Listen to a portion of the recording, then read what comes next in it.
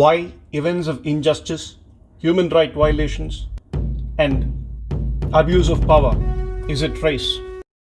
நம் நாட்டில் நாளுக்கு நாள் அநியாயங்கள், மனித உரிமை மீறல்கள், அதிகார துஷ்பிரயோகங்கள், குற்றங்கள் ஏன் அதிகரித்து வருகின்றன? Why bribery and corruption is rampant in our country? ஏன் லஞ்சமும் ஊழலும் தலைவிரித்தாடுகிறது? Why law and order is breaking down in our country? ஏன் சட்ட ஒழுங்கு சீர்குலைந்து வருகிறது? Why people's faith on Indian judiciary is depreciating day by day? ஏன் மக்களுக்கு நீதிமன்றங்கள் மீது இருக்கும் நம்பிக்கை மிக பெரும் அளவில் குறைந்து வருகிறது? Why is the situation of government officials and politicians becoming completely fearless about the law of the land is increasing day by day? சட்டத்தின் மீது அரசு அதிகாரிகளுக்கும் அரசியல்வாதிகளுக்கும் கொஞ்சம் கூட பயமில்லாத நிலைமை ஏன் அதிகரித்து வருகிறது? Why people are living in fear without peace, like living in a jungle? மக்கள் அனைவரும் ஏன் காட்டில் வாழ்வதைப் போல எப்பொழுதும் பயத்துடன் நிம்மதி இல்லாமல் வாழ்கிறார்கள்? I will answer these questions and provide a solution for these social evils in this video. இந்த கேள்விகளுக்கான பதிலையும் இந்த சமூக பிரச்சனைகளுக்கான தீர்வையும் இந்த காணொளியில் நான் விவரிக்கிறேன். Democracy is a government run by the people, for the people, and it is a government of the people. மக்களுக்காக, மக்களுடைய, மக்களே நடத்துவதுதான் ஒரு ஜனநாயக ஆட்சி. In a democratic country, no individual is given absolute power. ஒரு ஜனநாயக நாட்டில் எந்த ஒரு தனிநபருக்கும் சர்வாதிகாரம் வழங்கப்படுவதில்லை. In a democratic country, no individual is above the law. ஒரு ஜனநாயக நாட்டில் எந்த ஒரு தனிநபரும் சட்டத்திற்கு அப்பாற்பட்டவர் கிடையாது. This is what we call as the rule of law. இதைத்தான் நாம் சட்டத்தின் ஆட்சி என்கிறோம். In most democratic countries, the big daddy of laws is the constitution of that country.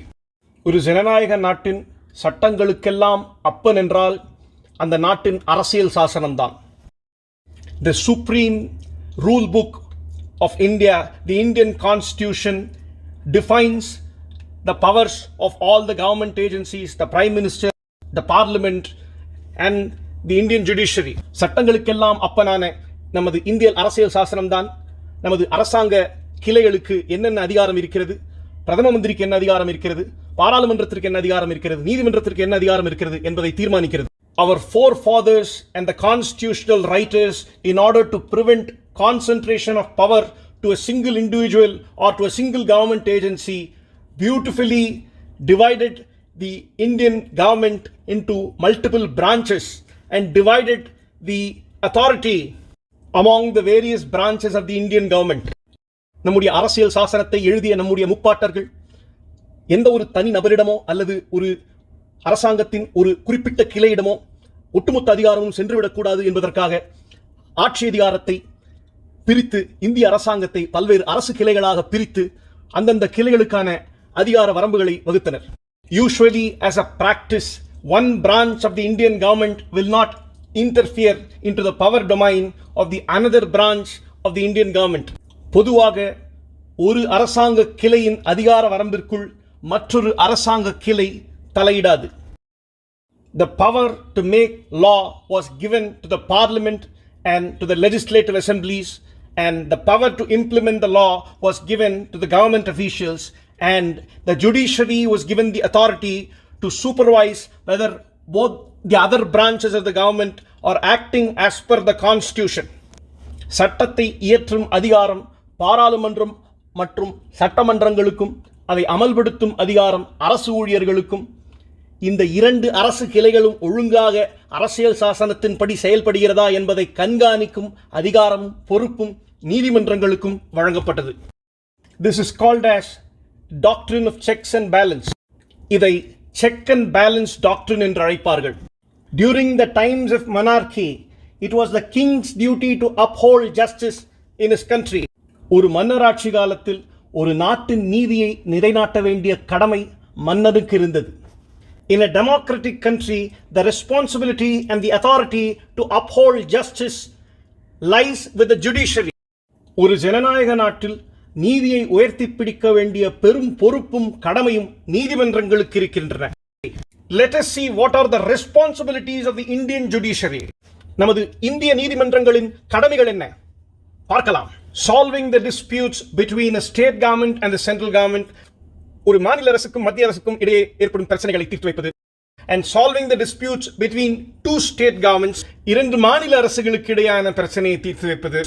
Convicting the criminals and the corrupt by conducting criminal trials. குற்ற விசாரணை நடத்தி குற்றம் புரிந்தவர்களுக்கும் ஊழல்வாதிகளுக்கும் தண்டனை வழங்குவது. Protecting the human rights of the people. மக்களின் மனித உரிமைகளை பாதுகாப்பது. Awarding compensations to the victims of crimes and human right violations. குற்றங்களினாலும் மனித உரிமை மீறல்களினாலும் பாதிக்கப்பட்ட அப்பாவி மக்களுக்கு நிவாரணம் வழங்குவது. Solving money and property related and other civil dispute between private individuals. தனிநபர்களுக்கு இடையேயான சொத்து மற்றும் பணம் சம்பந்தப்பட்ட உரிமையில் சம்பந்தப்பட்ட பிரச்சனைகளை தீர்த்து வைப்பது.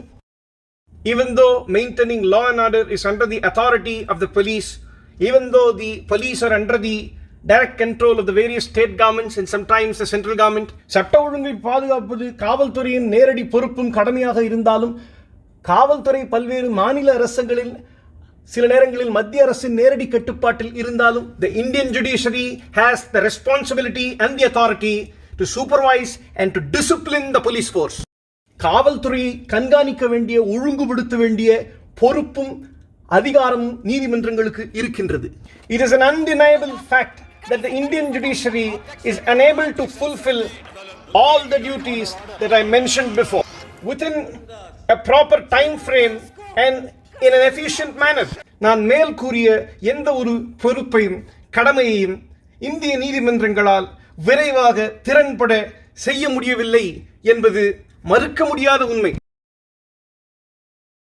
If I have to make people understand what is the seriousness of the judicial delay in India, நம் நாட்டின் நீதித்துறை எவ்வளவு பொறுமையாக செயல்படுகிறது என்று மக்களுக்கு புரிய வைக்க வேண்டும் என்றால், murder cases are taking up to 20 years to reach a logical conclusion.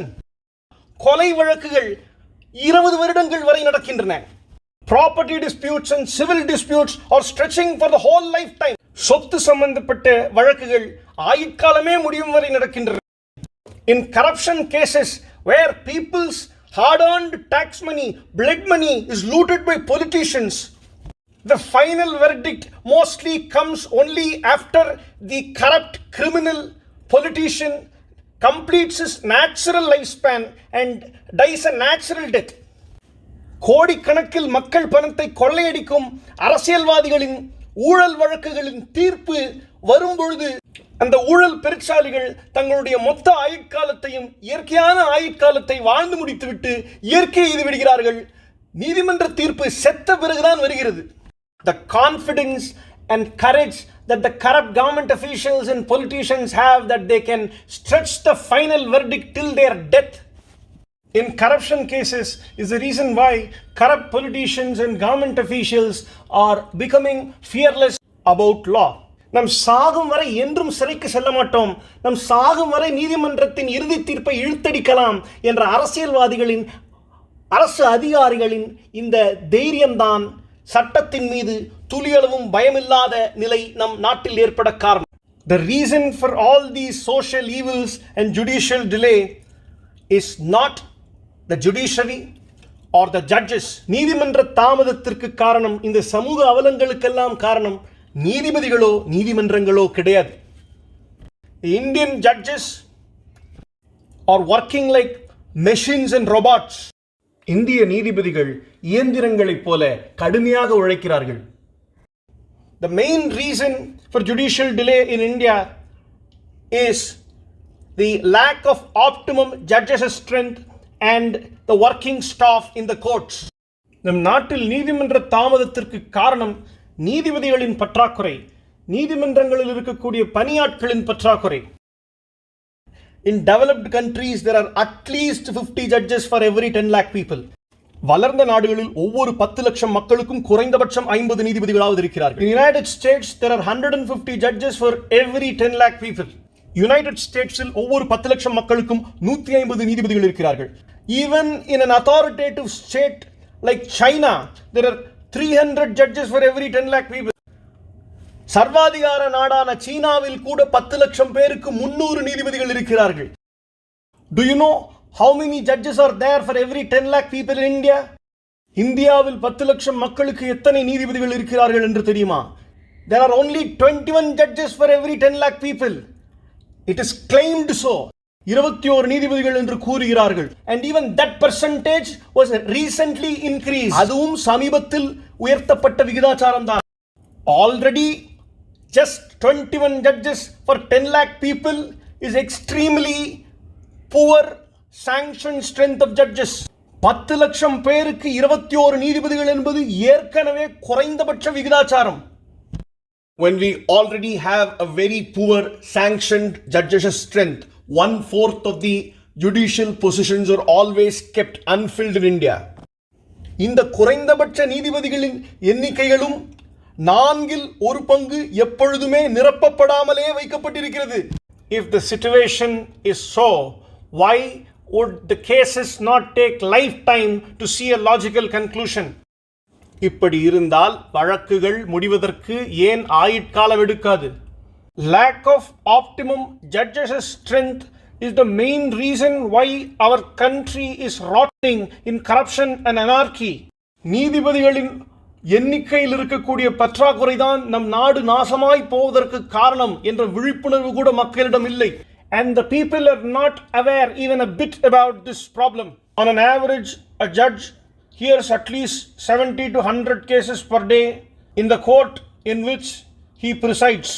சராசரியாக ஒவ்வொரு நீதிபதியும் அவர் பொறுப்பு வகிக்கும் நீதிமன்றத்தில் ஒரு நாளைக்கு 70 முதல் 100 வழக்குகள் வரை பார்க்கிறார். 70 to 100 cases itself is a big workload for any judge. 70 முதல் 100 வழக்குகள் என்பதே மிக அதிகமான ஒரு வேலை பளு. Making matters worse, many judges are additionally given responsibility of 1 or 2 more courts apart from the courts they are presiding. இது போராது என்று பல நேரங்களில் நீதிமன்றங்களில் நீதிபதிகள் நியமிக்கப்படாமல் இருப்பதால் ஒரு நீதிமன்றத்தின் நீதிபதி மற்றொரு நீதிமன்றத்தின் வழக்குகளையும் சேர்த்து விசாரிப்பார், அவர் பொறுப்பு வகிக்கும் நீதிமன்றத்தை தவிர. It is dangerous for a democracy to keep their judges who decide the life and liberty of people, protecting their human rights and upholding justice, under inhuman work stress. மக்களின் மனித உரிமைகளை பாதுகாக்க வேண்டிய, நீதியை நிலைநாட்ட வேண்டிய நீதிபதிகளை இப்படிப்பட்ட வேலை பளுவில் வைப்பது மிகவும் ஆபத்தானது. In the year 1970, the Indian Law Commission recommended to increase the judges' strength to the ratio of 50 judges per 10 lakh people. இந்திய சட்ட ஆணையம் 1970லேயே நீதிபதிகளின் எண்ணிக்கையை 10 லட்சம் பேருக்கு 50 பேர் என்ற விகிதாச்சாரத்தில் உயர்த்த வேண்டும் எனும் பரிந்துரையை இந்திய அரசாங்கத்திடம் வைத்தது. It has been more than half a century. We have not even reached half of the recommended percentage. ஆனால் 54 ஆண்டுகள் கடந்த பின்பும் இன்னும் அந்த விகிதாச்சாரத்தில் பாதி அளவை கூட நாம் எட்டவில்லை. Do you know why the politicians will not take any action to increase the sanctioned judges' strength in India? இந்திய அரசியல்வாதிகள் நீதிபதிகளின் எண்ணிக்கையை உயர்த்துவதற்கு என்றுமே நடவடிக்கை எடுக்க மாட்டார்கள். ஏன் தெரியுமா? If the sanctioned strength of the judges is increased by multifold, the first class who will be affected are the government officials and the politicians.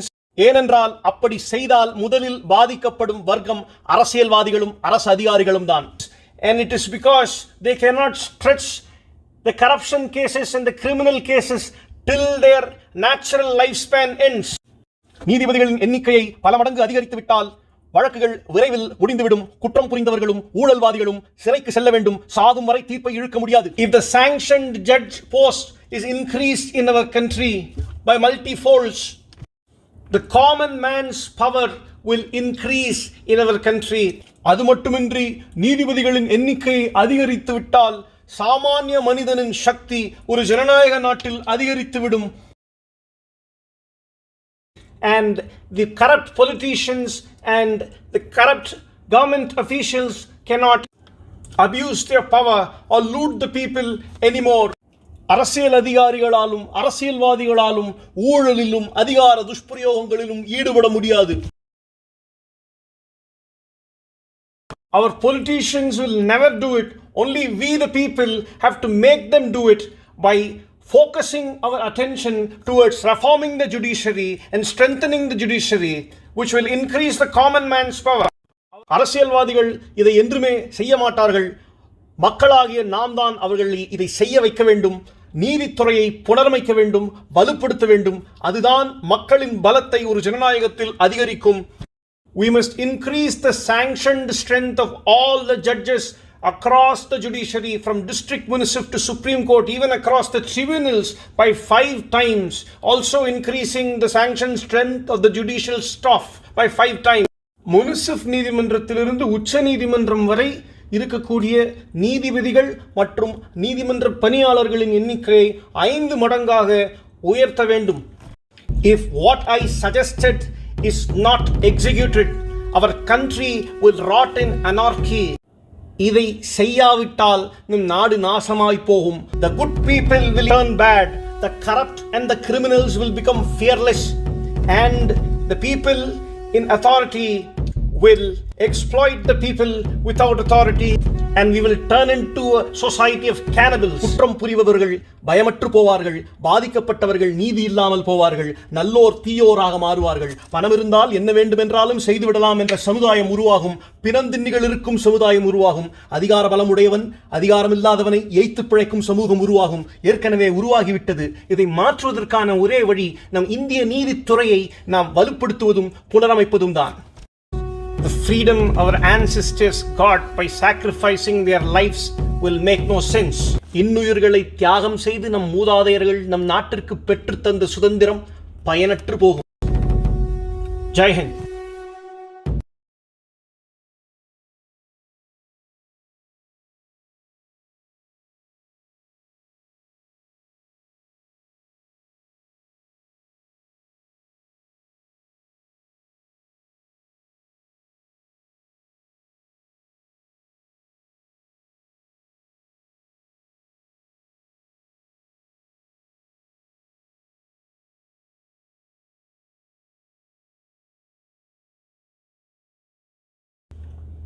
Jai Hind.